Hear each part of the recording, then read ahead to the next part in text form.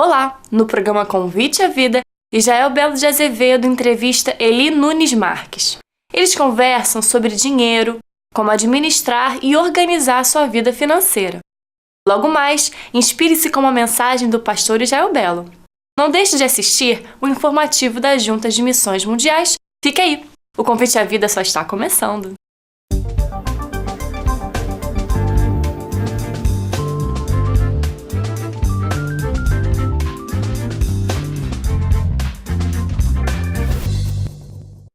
Conheça as igrejas da Convenção Batista Brasileira. São lugares acolhedores e transformadores, onde você se conecta com Deus e com uma família. Estamos de braços abertos para te receber. Entre em nosso site ou ligue pra gente. Nós esperamos você.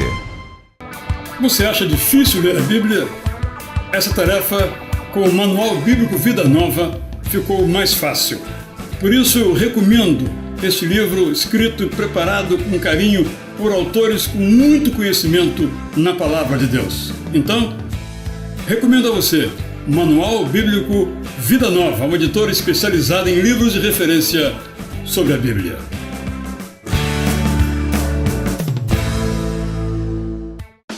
Se Deus tivesse uma geladeira, seu retrato estaria na porta. Ele lhe manda flores toda primavera e uma nova aurora a cada manhã. Sempre que você quiser conversar, ele estará pronto a ouvir. Aceite a realidade, ele é louco por você. Quando a vida está difícil, não conseguimos perceber o cuidado de Deus conosco, mas Max Lucado quer reacender essa esperança em seu coração com o livro Deus está com você. Sinta o toque e o carinho de Deus através das palavras de Max Lucado. Deus está com você. Adquira já o seu exemplar.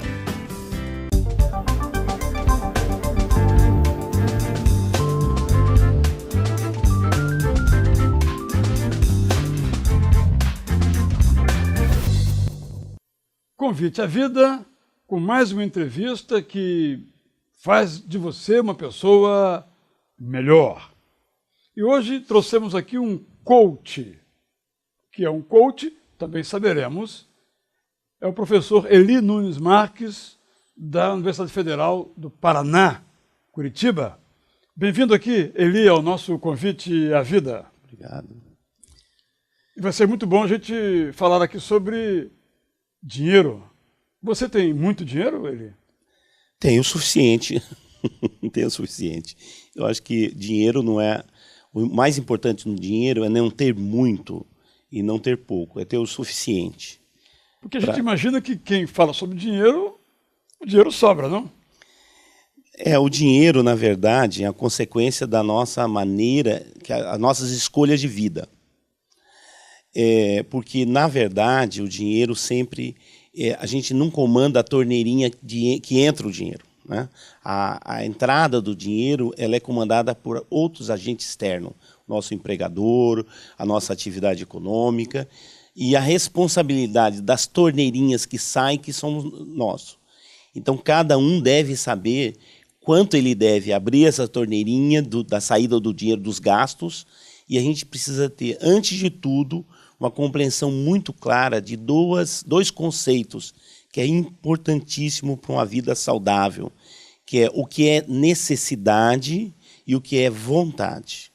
E a gente precisa ter muito claro que eu preciso atender às minhas necessidades, e essas necessidades têm necessidade de curto, médio e longo prazo, e as vontades, ela é comandada normalmente pelas mídias, pela moda, pelo estilo de vida que se busca.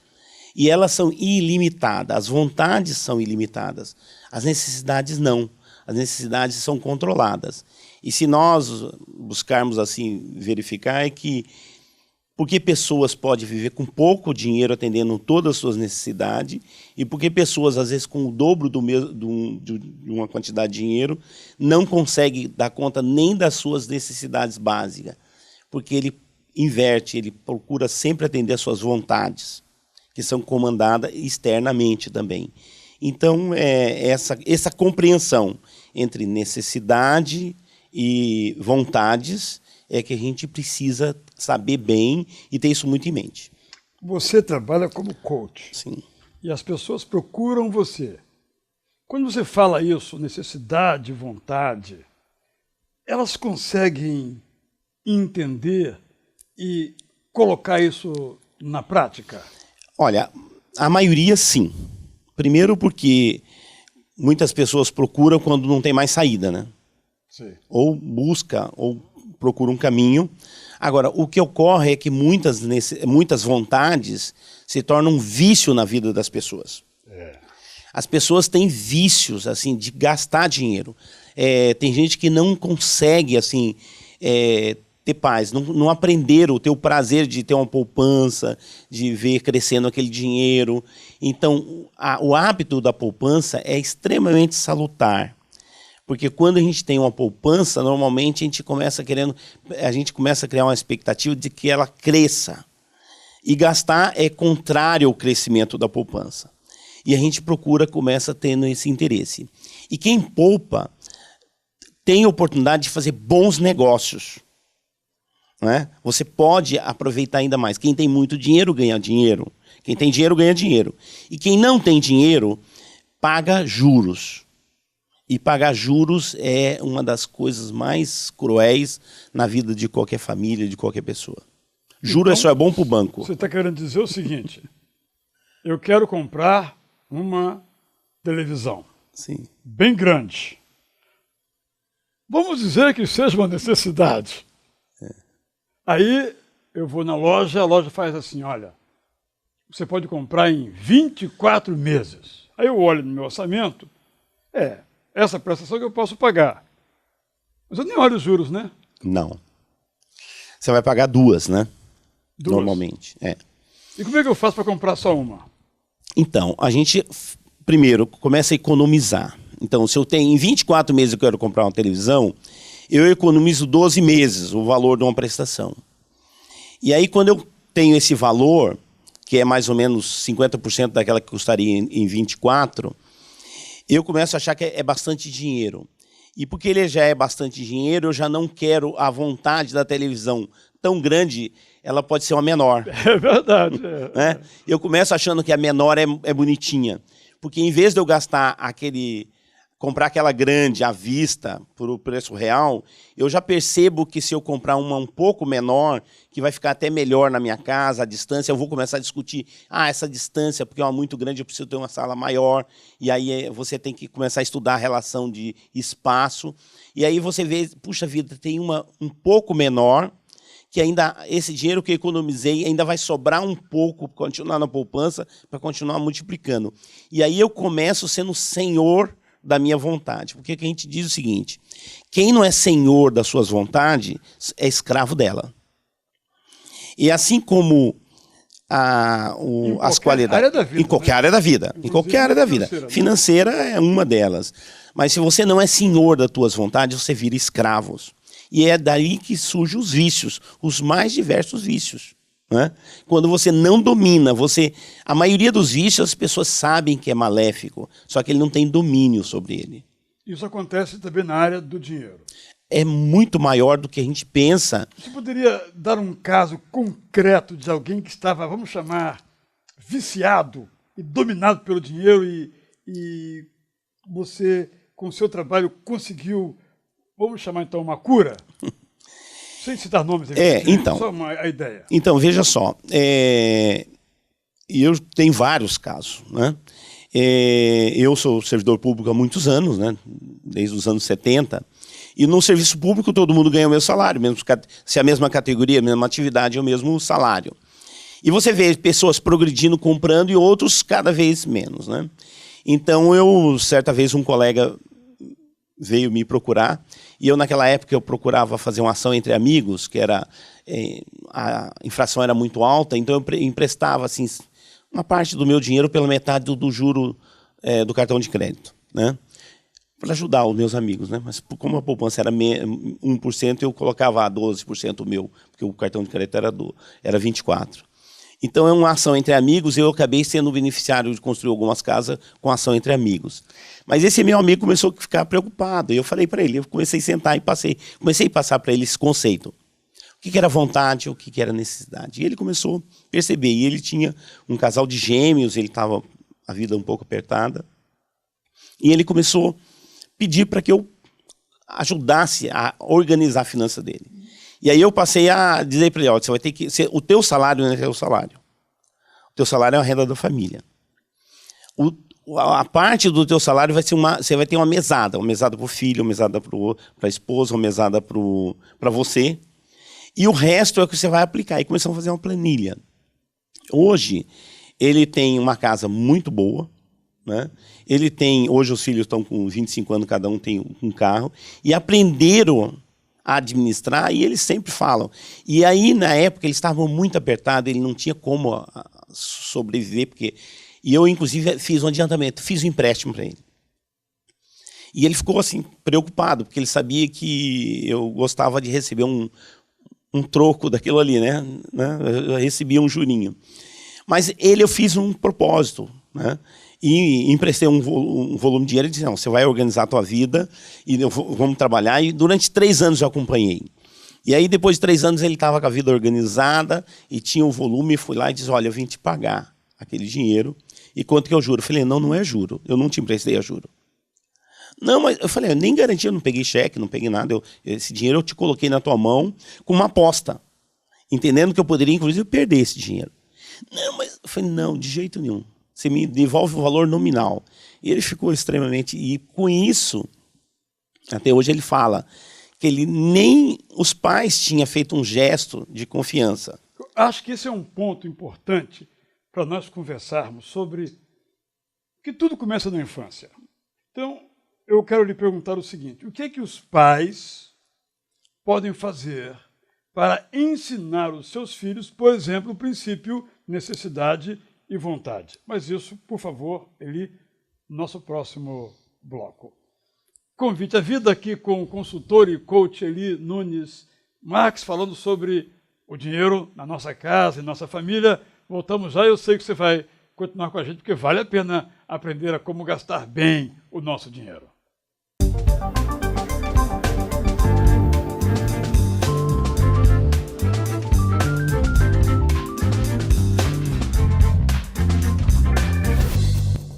Conheça as igrejas da Convenção Batista Brasileira. São lugares acolhedores e transformadores, onde você se conecta com Deus e com uma família. Estamos de braços abertos para te receber. Entre em nosso site ou ligue para a gente. Nós esperamos você. Você acha difícil ler a Bíblia? Essa tarefa, com o Manual Bíblico Vida Nova, ficou mais fácil. Por isso eu recomendo este livro escrito e preparado com carinho por autores com muito conhecimento na Palavra de Deus. Então, recomendo a você Manual Bíblico Vida Nova, uma editora especializada em livros de referência sobre a Bíblia.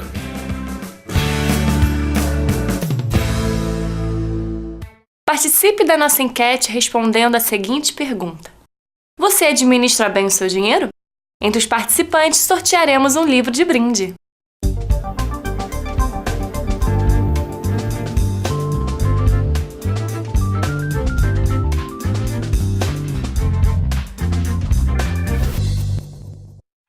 Convite à Vida, de volta aqui com o consultor de finanças na família, Eli Nunes Marques, do Paraná.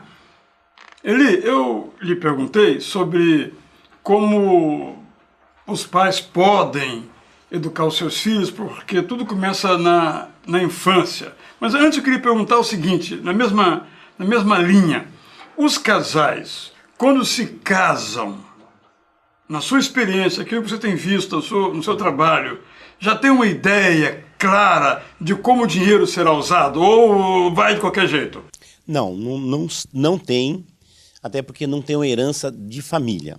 As famílias, nós vemos de uma família patriarcal que o homem sempre foi o provedor. E o homem parece que tem muita necessidade de ser o provedor, de poder, porque parece que a única coisa, a autoridade que lhe resta é a autoridade financeira. Se ele sendo provedor, parece que ele ganha a estima da família, dos filhos, da esposa.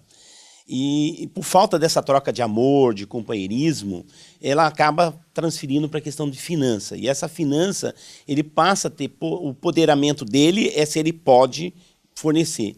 Mesmo que ele não tenha, ele busca empréstimo, ele vai se endividando, porque ele está imaginando isso. Então, os jovens falhar, né? não pode falhar.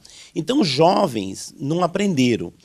E, engraçado, a minha experiência pessoal foi exatamente o contrário, porque como eu cresci já sem sair de casa com 13 anos e fui aprendendo por minha conta, quando eu fui casar, eu tinha uma renda pequena, né?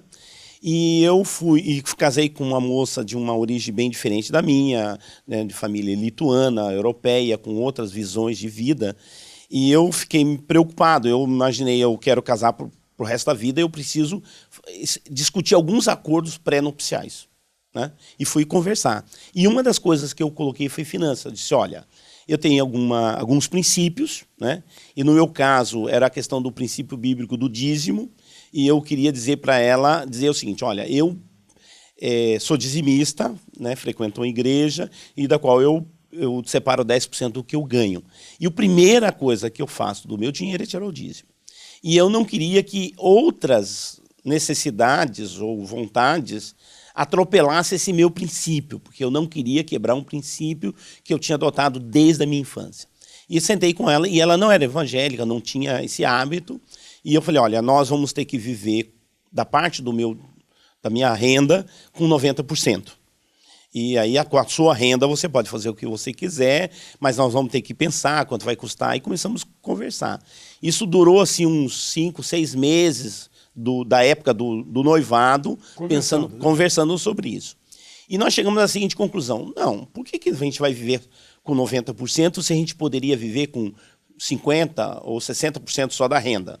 Então, vamos criar uma perspectiva de economia, até porque a gente estava pensando em comprar um apartamento. Uhum. E aí nós decidimos, e aí falamos muito sobre vontade. Eu já tinha lido vários livros sobre vontade, necessidade, de aconselhamento. E nós adotamos para a nossa vida. Então, o meu casamento já iniciou assim, sempre falando o que era despesa, qual é a responsabilidade, quem ia cuidar, A, B, ou C. E nunca tivemos vergonha do quanto a gente ganhava, do que tinha, ou do que não tinha, do que podia ou do que não podia. E vocês combinaram quantos por cento vocês iam gastar? Então, nosso casamento, nós decidimos gastar 60%. Guardar 10% da minha renda iria ser destinado ao dízimo. 30% para guardar. E 30% para guardar. E ela guardaria 40% da parte dela. Né? E aí, na verdade, na prática, a gente gastava 50%. Certo. 40% era, digamos, nosso propósito, e 10% foi o nosso esforço. Certo. E deu certo? Deu porque em 3 anos a gente comprou um apartamento à vista. Tinha uma senhorinha lá com muita vontade de jogar fora um apartamento, não sabia como, e ela nos vendeu bem baratinho. E a gente pagou à vista, ficou bem mais fácil.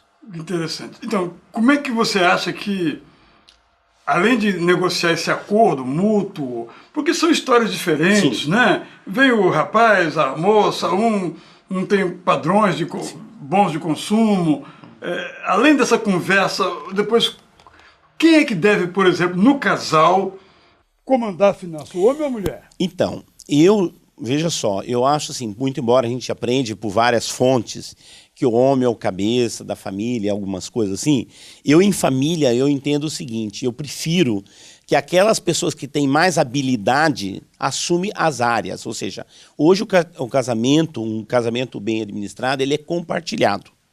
Então, eu acho que é mais sábio o casal buscar compartilhar atividades. Aquele que tem mais sabedoria na finança, aquele que gosta mais de dinheiro, né, que segura mais, esse deve cuidar da finança.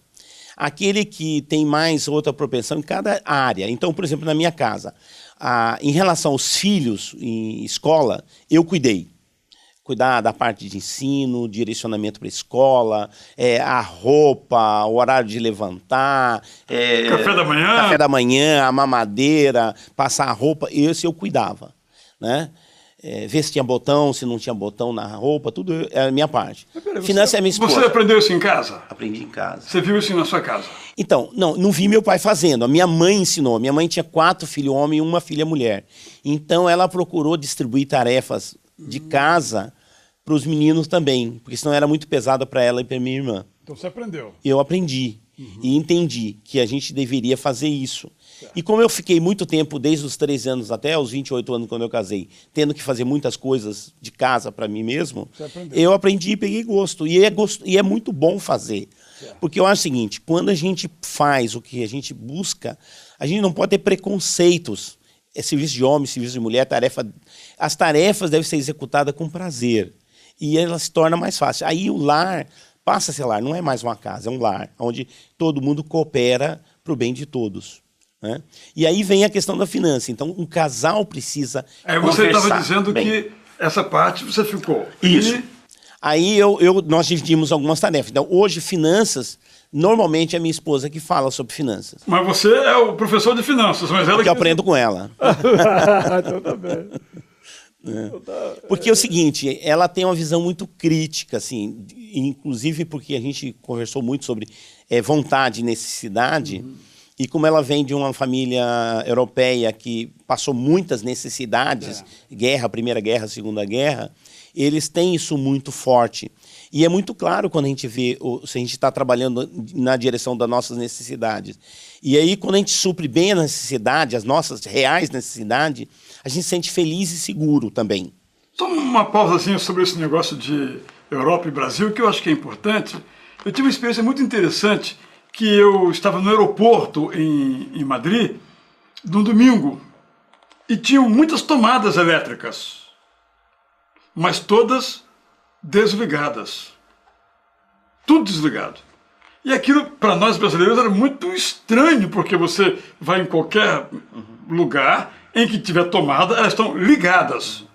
Eu fiquei pensando sobre isso, exatamente como a necessidade, às vezes, no caso daquelas culturas, das guerras, etc. e tal, acabaram trazendo benefícios também a longo prazo em termos de poupança, não é isso? Sim. Mas no brasileiro não, nunca teve essa grande necessidade, não é? Então, porque nós temos uma cultura de gastar, nós não temos uma cultura de armazenar, de futurismo, porque nós não temos o inverno. O europeu tem, dependendo da região, 6 meses não produz nada. Ele tem que guardar, trabalhar 6 meses, guardar, economizar, para ele poder viver os outros 6 meses de inverno. E você acha que no Brasil a gente pode chegar a ter uma cultura do planejamento, do gastar só a necessidade? Mas isso você, por favor, vai responder no nosso próximo bloco, porque Convite à Vida volta daqui a pouco falando sobre dinheiro e temos muitas perguntas, não vão caber nesse programa, vamos ter que fazer outro, porque eu sei que você está interessado e eu também estou aqui muito interessado. Fique com a gente, voltamos já com mais Convite à Vida, entrevistando Eli Nunes Marques sobre o dinheiro lá em casa.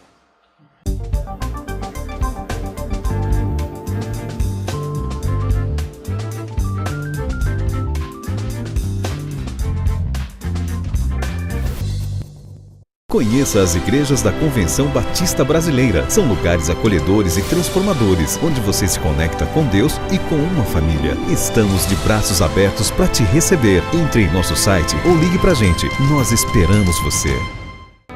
Você acha difícil ler a Bíblia? Essa tarefa, com o Manual Bíblico Vida Nova, ficou mais fácil.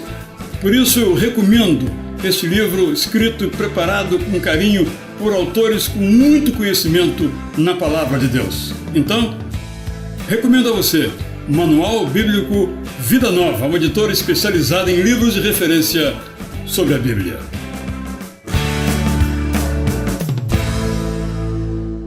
Participe da nossa enquete respondendo a seguinte pergunta: você administra bem o seu dinheiro? Entre os participantes, sortearemos um livro de brinde.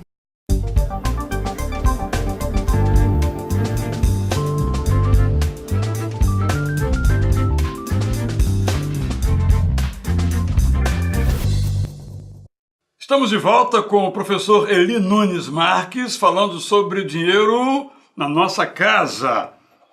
Eu perguntei, Eli, você acha que um dia o Brasil, sem ter tido experiências de guerra, pode aprender também a gastar segundo as suas necessidades, não segundo as suas vontades? Não, eu acho que sim, é uma questão a gente buscar ensinar as pessoas, transmitir as experiências.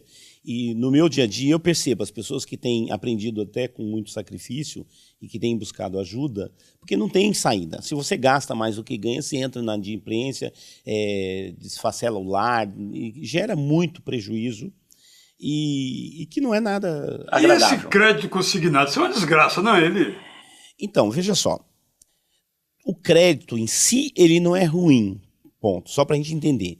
Porque às vezes há situações emergenciais na vida de uma pessoa que ele precisa buscar o crédito, ele é justificável.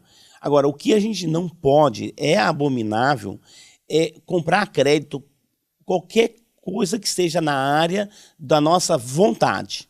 Nós não podemos comprar a crédito qualquer item que está na esfera da nossa vontade. Porque tudo que está na esfera da nossa vontade é totalmente dispensável. Absolutamente dispensável. Ou seja, uma moça, uma senhora, uma mulher, né, que geralmente tem meia dúzia de sapatos, né? Que é o que a mulher tem, mais ou menos 6 sapatos assim, né, para usar. Bem, aqui eu não sei, você mulher, né? Quantos pares você tem em casa? Então, você está dizendo que uns 6 é o suficiente. Tá bom, vamos ver, né? Até porque só tem 2 pés, né? Não é santopeia, geralmente, né? Então, agora uma mulher que vai, depois que tem 6 ou uma dúzia de sapato e compra um outro par à prestação, pagando juro, isso é terrível, é tenebroso. Isso já está na questão do vício. A pessoa está viciada, porque ela não tem necessidade. Agora, vem uma emergência, uma saúde, vem uma situação, uma calamidade, uma casa, um conserto urgente no lar, e aí se eu busco um crédito, até pagando juro, então eu preciso fazer essa conta. Mas sabe qual é o problema? É que a gente gosta de se enganar a si mesma. Então eu ouço você falando, necessidade e vontade. Aí eu digo que a minha vontade é uma necessidade. Pronto, estou resolvido.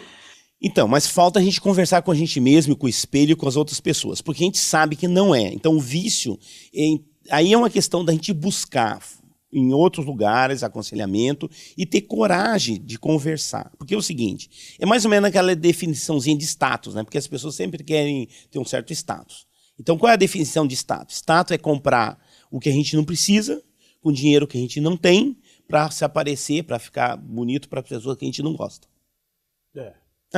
Então, na verdade, é isso que acontece. Então, a gente, no convívio da gente, no mais íntimo, entre as pessoas que gostam da gente, a gente não precisa ter mais um sapato, a gente não precisa ter mais uma muda de roupa, principalmente quando ela vem fruto de um sacrifício de pagamento de juros. Então, não estou dizendo que a gente não deva andar elegante, a gente não deva andar mas, assim, primeiro ter prioridade. Primeiro é a minha necessidade, a alimentação, é o meu remédio, não é?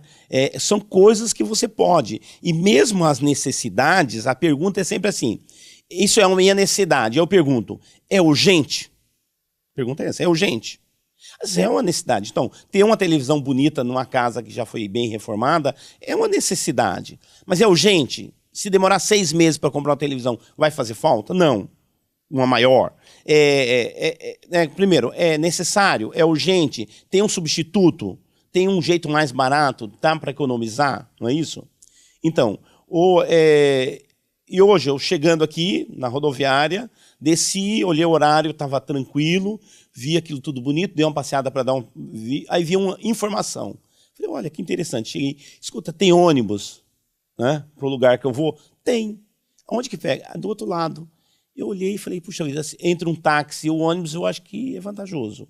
Cheguei, o ônibus estava vazio, sentei onde eu quis e cheguei aqui com toda tranquilidade. Antes da hora, inclusive. Sim, antes da hora. Então, assim, eu tinha uma necessidade de chegar aqui. Mas tinha urgência? Não. O ônibus, ele resolveria, mesmo carregando uma mala. E eu optei. Talvez gastei menos de 10% do que eu custaria um táxi. Então é uma questão da gente, em cada momento que vai gastar. Você falou no começo do programa de torneirinha. Essa torneirinha, menos 10 aqui, menos 10 ali, você acha que isso realmente faz diferença? É a grande diferença. Ninguém chega no salário, ele tem 100% do salário lá na conta. Ele não vai fazer um cheque de 100% e gastar com alguma coisa absurda. Porque ele acha que é muito grande. ele não acha absurdo ir tomar um cafezinho numa dessas boutiques de café, pagar R$20 que ele acha que é barato, digamos. Mas o mesmo café ele compra numa maquininha por 5, digamos. Então, e aí como café é vício, eu não tomo café. Então, já risquei, essa torneirinha eu fechei de vez, né? Então, são coisas que a gente deve, assim... Porque esse é o balanço. Aí eu faço a conta, por exemplo. Quanto que eu vou gastar? Então, é os pequenos gastos que iludem as pessoas. E é por isso que a gente tem que entender. Cada coisa que eu vou comprar é vontade e necessidade. E eu tenho que ter claro. E é um exercício. Mas a hora que a gente faz isso, por outro lado... Claro, eu tenho minhas vontades que eu faço. Eu gosto de viajar uma vez por ano, para algum lugar, longe. Mas eu passo o ano inteiro economizando um cafezinho, no táxi, em cada coisa, e vou separando, e vou contabilizando, reservo um valor, e aí eu saio e vou viajar. E agora já estou querendo viajar de executivo, que eu já não quero andar mais. Mas é uma vontade, mas eu faço isso com uma meta. Né? Não é... Para vir aqui, você veio de ônibus. Mas vim de ônibus. Aí, digamos, a Madrid, você quer de executivo. Se torna uma necessidade. Sim, porque aí é o meu conforto. Eu já tenho mais de 60 anos, eu acho que eu já fiz por merecer, eu já tenho... Então, você não é que a gente não deva fazer as nossas vontades, mas ela tem que ser pontual, elas têm que ser de fato... E com dinheiro já encaixa. Encaixa, vendo a promoção, quando eu vou comprar um ano antes, ou assim que abre, eu já vou ver o melhor preço, a melhor companhia, eu não vou lá no... Eli, então vamos ver o seguinte, temos aqui uma família, um casal, um pai, uma mãe, com a gente. Como é que eu digo isso para os meus filhos? Então, primeira coisa, a família não pode se envergonhar do valor que ganha. Qual é a renda da família? As crianças, desde muito pequena, elas têm que saber qual é a renda da família, elas têm que saber quanto que a família ganha, em que gasta, e que toda a poupança é benefício dos filhos. Quando os filhos entendem que toda a poupança que os pais fazem irá ser transferido para eles no momento oportuno, eles passam a entender que é uma grande vantagem a família economizar. E eles lucram muito com isso. Esse é o princípio. Eles precisam entender que economia é benefício direto para eles. E você acha que os pais devem colocar seus filhos numa escola privada ou na escola pública? Só que aí, esse é um assunto muito importante, mas o tempo nosso acabou. Então eu quero dizer a você, nosso telespectador, o seguinte: nós vamos continuar. Eu tenho que perguntar-lhe sobre isso, porque eu sei que ele também colocou seus filhos na escola pública. Eu quero perguntar a ele, por exemplo, o seguinte: uma família que tem muitas propriedades, os pais fazem o quê? Já transferem os bens para os filhos? Fazem um testamento? Como lidar? Agora eu falo com aqueles que têm, não é? Eu acho que são coisas muito importantes, porque tem a ver com o nosso bem-estar. Por exemplo, como é que a gente organiza a nossa aposentadoria? Vamos ficar dependendo do INSS, é isso? Então você pode se enriquecer com essas informações aqui com o professor Eli Nunes Marques. Fique atento, porque voltaremos aqui a conversar com o professor Eli. Eu espero que você tenha paciência de aprender com ele, porque eu já aprendi muito aqui com ele. Continue, Convite à Vida tem mais coisas interessantes para você ser uma pessoa cada vez melhor.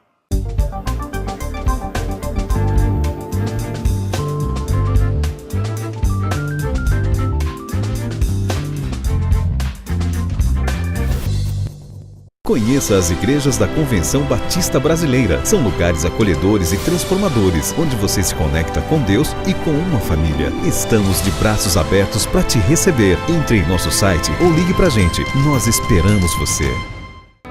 Você acha difícil ler a Bíblia? Essa tarefa, com o Manual Bíblico Vida Nova, ficou mais fácil. Por isso eu recomendo este livro escrito e preparado com carinho por autores com muito conhecimento na Palavra de Deus. Então, recomendo a você Manual Bíblico Vida Nova, uma editora especializada em livros de referência sobre a Bíblia.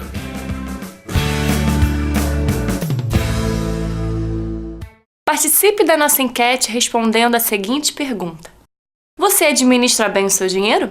Entre os participantes, sortearemos um livro de brinde.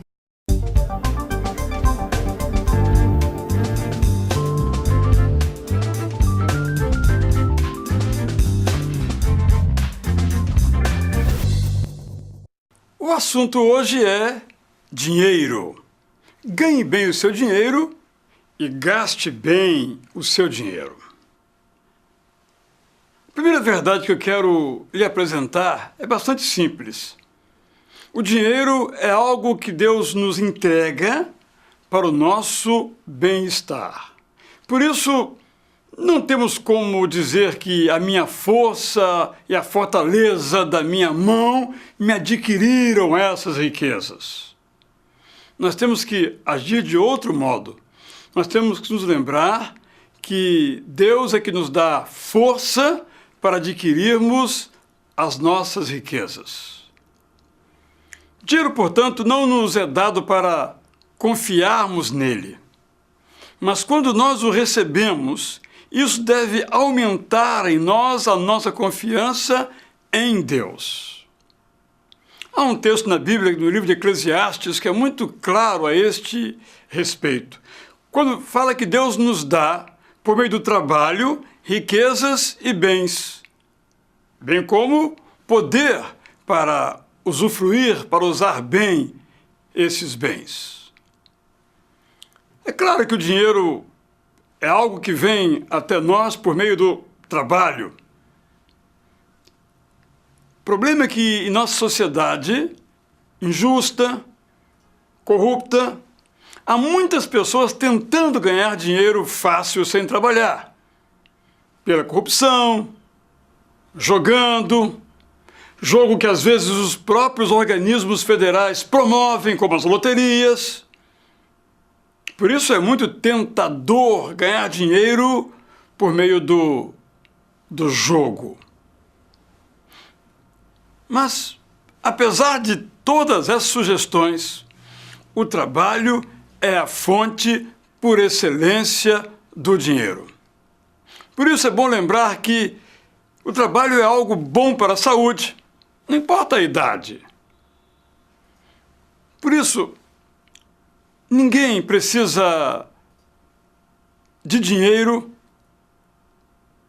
apenas pelo dinheiro, mas por aquilo que está ligado ao dinheiro, ao trabalho voluntário. Por isso, se você não precisa mais de dinheiro por meio de trabalho, trabalhe como um voluntário.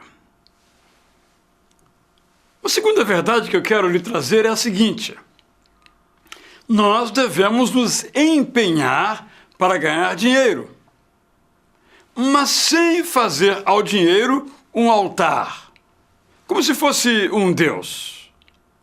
É claro que nós todos, eu e você, precisamos de dinheiro para suprir as nossas necessidades, ou de nossa família. Então, nós temos que definir quais são as nossas necessidades. Porque o dinheiro não é um fim em si mesmo. Ele está ligado ao suprimento das nossas necessidades. O sucesso com o dinheiro conquistado depende, portanto, que nós tenhamos na vida prioridades. E o apóstolo Paulo, com muita felicidade por Deus inspirado, relaciona que há uma satisfação em nosso coração quando nós satisfazemos as necessidades a partir do dinheiro que nós ganhamos. E é claro que essas necessidades variam de pessoa para pessoa, de família para família. Se pensarmos em necessidades básicas, quais são as suas? O apóstolo Paulo, por exemplo, nos lembra que o alimento, o vestuário, são instrumentos necessários, necessidades indispensáveis na nossa vida. Mas temos que pensar também em saúde, em moradia, em estudo e também em lazer. O nosso cuidado é prestar bem atenção para que o dinheiro não se torne um fim. É importante isso. O cristão pode ser próspero. Eu até diria, deve ser próspero. Mas não pode fazer do dinheiro a razão de ser da sua vida. Não pode usar recursos, estratégias, jeitos que neguem a sua relação de dependência de Deus e com Deus. Por isso, lemos uma história interessante na Bíblia de Abraão, quando ele diz que, olha, eu não quero que ninguém ache que eu tomei aquilo que não me pertence. Samuel, outro homem muito honesto, também teve uma fama adquirida, e está isso na Bíblia registrada, que ninguém podia pensar dele como se tivesse usado de modo indevido o dinheiro que ele recebia. Quando nós colocamos o dinheiro no altar da vida, como se fosse a razão de ser de nossa existência, o resultado é dor, porque ela se torna um laço, uma arapuca. Por isso é muito comum se dizer que o dinheiro não é bom e nem é mal. Depende do uso, essa é a palavra, que nós fazemos dele. O ideal é que entendamos o dinheiro como um instrumento de troca entre as pessoas. Agora, infelizmente, quando nós olhamos para a história da humanidade e às vezes para as nossas próprias histórias, nós percebemos que, infelizmente, as coisas não são bem assim. E o dinheiro não é assim tão neutro. De certo modo, há um certo mal intrínseco, natural ao dinheiro. Este é o mal. Quanto mais dinheiro nós temos, mais dinheiro nós queremos. Porque nós passamos a depender do dinheiro. E aí se soltam em nossas vidas forças espirituais invisíveis, sedutoras, enganosas, forças que exigem devoção. O dinheiro é uma dessas forças. Exige lealdade. Acontece que nós só devemos lealdade a Deus. Se é verdade que as nossas vidas requerem, precisam de dinheiro, também temos que ter em mente que o amor ao dinheiro acaba requerendo, exigindo a entrega de nossas próprias vidas. E nós não podemos permitir que o dinheiro tome conta das nossas vidas. O dinheiro, então, diz a Bíblia, não é um mal em si. O mal é o amor ao dinheiro. Uma terceira e última verdade é a seguinte: nós devemos desfrutar do dinheiro com humildade e muito cuidado. O dinheiro não pode nos fazer diferentes daquilo que nós somos internamente, já que nada vamos levar aqui dessa vida. Se nós compreendermos bem essas verdades, nós podemos ter certeza que a nossa vida vai valer a pena. Por isso, a nossa prioridade deve ser a vida eterna, onde o dinheiro não entra, onde o lucro, nesse sentido desigual, desumano, não adentra, só a piedade, só o bom sentimento. O contrário de humildade em relação ao dinheiro é cobiça. Devemos tomar muito cuidado sem cair em algum tipo de ingenuidade, porque a cobiça produz o desejo de ter cada vez mais. E o resultado é a exaltação do eu, do luxo material, que provoca as maiores consequências na vida de todos nós. O dinheiro não traz felicidade, porque se trouxesse, ninguém matava e morria pelo dinheiro. Ter dinheiro é muito bom. É fantástico não ter que olhar a duração do mês, não ter que fazer canhoto de cheque, não ter que olhar quanto custa aquele produto que nós precisamos. Mas o mais importante é que nós tenhamos a coragem de fugir, esta é a palavra, das facilidades que o dinheiro traz. Porque junto com essas facilidades vem a injustiça, a incredulidade, o ódio, a ansiedade. Pense bem, lute pelo seu dinheiro, mas lute sobretudo por uma vida que vale a pena. O dinheiro é bom, mas o dinheiro não é tudo. Não deixe que o dinheiro domine você.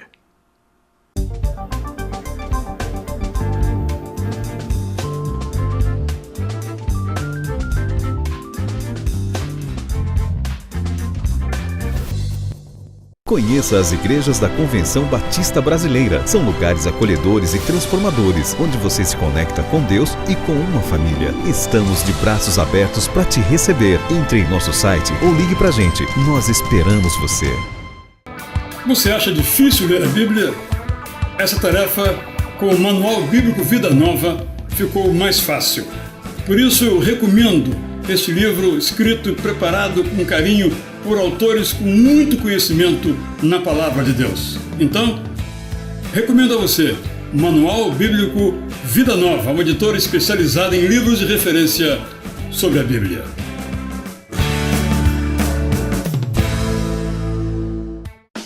Se Deus tivesse uma geladeira, seu retrato estaria na porta. Ele lhe manda flores toda primavera e uma nova aurora a cada manhã. Sempre que você quiser conversar, ele estará pronto a ouvir. Aceite a realidade, ele é louco por você.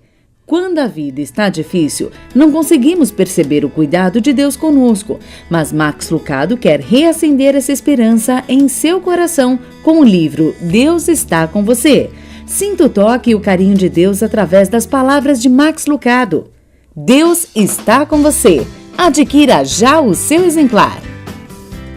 Participe da nossa enquete respondendo a seguinte pergunta: você administra bem o seu dinheiro?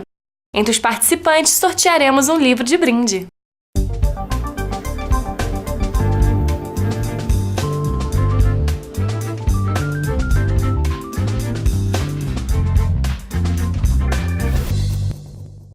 Olá, você conhece a Igreja Perseguida?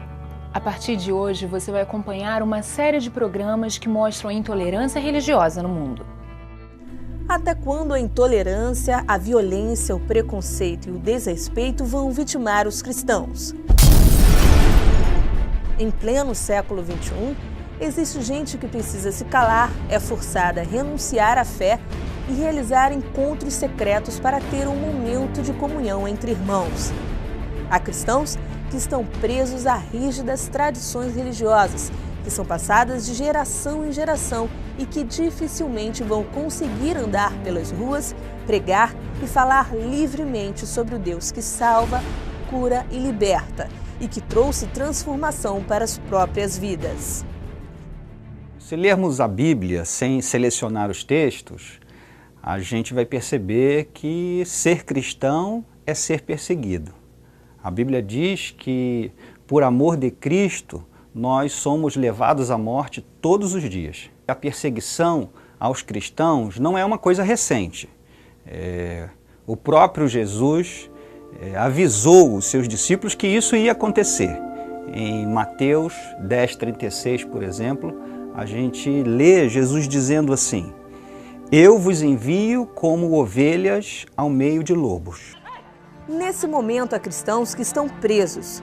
Muitos deles seguem confinados, vivem sob condições desumanas, foram arrancados do seio familiar, passaram por maus tratos e humilhação, mas decidiram não renunciar à fé. O problema é que dia a dia as histórias de tortura física e psicológica ganham maior frequência. É preciso estar atento ao que acontece no mundo.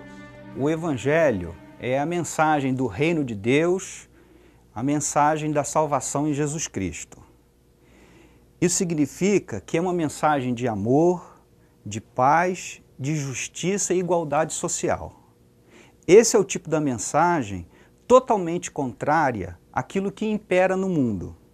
Então, onde o Evangelho chega, ele chega com uma posição contrária àquilo que está imperando nas consciências, nas culturas.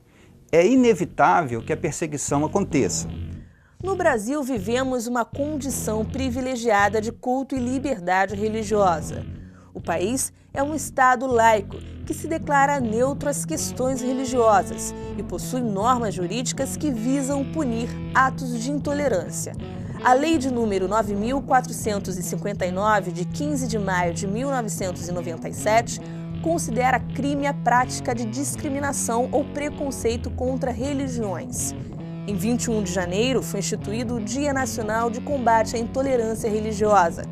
Entretanto, a condição de liberdade deveria ser extensiva a todas as nações, já que o artigo 18 da Declaração Universal de Direitos Humanos, de 1948, informa que toda pessoa tem direito à liberdade de pensamento, consciência e religião, que inclui a liberdade de mudar de crença pelo ensino, pela prática, pelo culto e pela observância, isolada ou coletiva, em público ou em particular, de uma doutrina.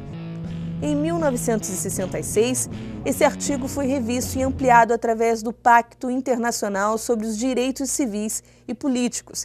A grande questão é que esse documento não possui uma obrigatoriedade legal e, na prática, somente os Estados-membros da Organização das Nações Unidas tentam cumprir as ordenanças previstas no pacto. Atualmente, 200 milhões de cristãos sofrem perseguição religiosa no mundo. Outros 150 milhões sofrem algum tipo de discriminação, restrição ou violência, e 105 mil foram mortos no ano passado, de acordo com os dados do Observatório de Liberdade Religiosa da Itália. Para a organização não governamental Minority Rights Groups International, a intolerância se tornou uma das principais causas de perseguição entre as minorias. As causas podem estar relacionadas ao aumento do nacionalismo religioso, à marginalização econômica dos países e os abusos derivados das leis antiterroristas, que estabelecem uma pauta crescente de hostilidade religiosa. Algumas organizações internacionais divulgam todos os anos a classificação dos lugares mais opressores do mundo ao cristianismo. Estão nas primeiras posições Coreia do Norte, Arábia Saudita, Afeganistão, Iraque, Somália, Maldivas, Mali, Irã, Iêmen, Eritreia, Síria, Sudão, Nigéria, Paquistão e Etiópia. Olhando do Brasil para os países listados, eles nos parecem bem distantes, para além das competências e preocupações da Igreja brasileira. Contudo, na 46ª colocação está a Colômbia, bem próxima de nós, como o único representante de todas as Américas. E basta assistir ou ler qualquer noticiário para verificar que na editoria internacional, algumas notícias revelam parte da realidade crescente de cristãos assassinados e perseguidos. Um homem que se converteu ao cristianismo foi condenado à morte. Infelizmente, esse tipo de informação parece não causar mais comoção. Por isso, esse é o tempo de refletir e mobilizar sobre o trabalho da igreja perseguida. Essas notícias que a gente tem conhecimento agora são resultado de outras duas coisas. Resultado da globalização, que acaba levando outras culturas para dentro desses povos, desses países, e aí há uma resistência, e também por causa do avanço dos meios de comunicação, que noticiam as coisas de uma velocidade muito maior e com muito mais eficiência, e então essas notícias de intolerância e de choques e de conflitos acabam chegando com muito mais frequência até nós. Existe um mundo que não quer ouvir o Evangelho. Existe um povo, existe um grupo de pessoas que são hostis ao Evangelho de Jesus Cristo. O apelo que faço é que você ore, é que você entenda que a opção que nós temos é não ter opção de não pregar o Evangelho. Precisamos pregar esse Evangelho, custe o que custar. E o que você precisa fazer? Se você não vai até lá, Você pode orar, você pode contribuir, você pode ler, estudar, acompanhar, porque essa igreja perseguida, essas pessoas que vão conhecer a Cristo, ela precisa de você também. Você não conhece, mas você pode contribuir de uma maneira muito extrema para que esse crescimento desta igreja, para que este evangelho, ele continue. É muito difícil para aquele que sai e vai enfrentar essas realidades e esse contexto. Os resultados são poucos, os resultados são lentos, mas eles estão acontecendo. Por quê? Porque é o evangelho do poder de Deus. Não somos nós que convertemos, não somos nós e nem você que transforma, é Deus. Nós estamos indo para semear.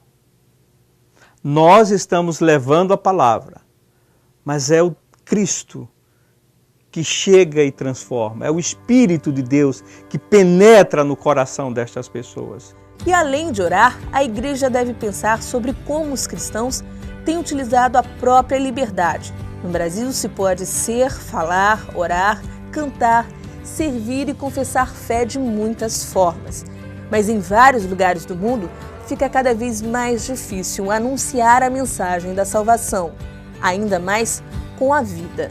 Quem dera jamais fosse esquecido o sentimento e a alegria de receber em mãos uma Bíblia. Existem países em que o ato de ter apenas um exemplar é considerado crime, com pena de morte. A Junta de Missões Mundiais está comprometida com países onde há restrição do Evangelho. Faça parte desse projeto. Procure a nossa central do adotante. Até o próximo programa.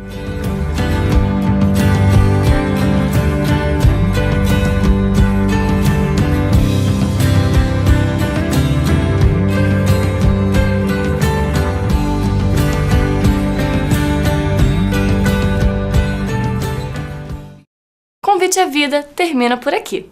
Mas se você gostou desse programa e deseja compartilhar ou assistir novamente, acesse www.conviteavida.org.br. Até semana que vem com muitas outras novidades.